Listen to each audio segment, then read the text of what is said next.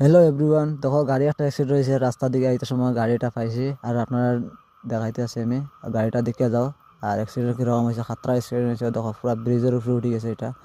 আর driver ভাই এন্তরে কইয়ার একটু সেইবে রাস্তা বালা পাইছে কইয়া, যেমনি মনে হলো স্কুলের ফাড়া মারি দৌড়লায় যেন থেকে যেন যাইতে পারে, এগুলো কোনো কথা না। টার্নিং ওগুলা আর ওগুলা জিনিস তোরা একটু কেয়ারফুল দেখিও।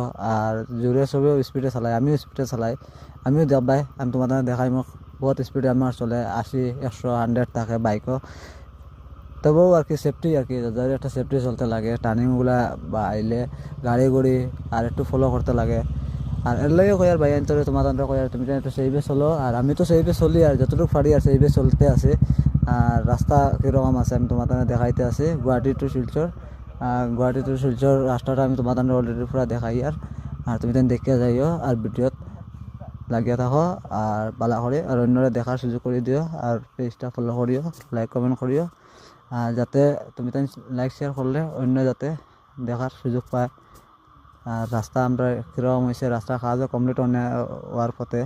আর কাজটা খুব শীঘ্রই শেষ হয়ে যাব। ওই 1 2 মাসের ভিতরে শিলচর টু গুয়াহাটি পুরো ক্লিয়ার হয়ে যাব।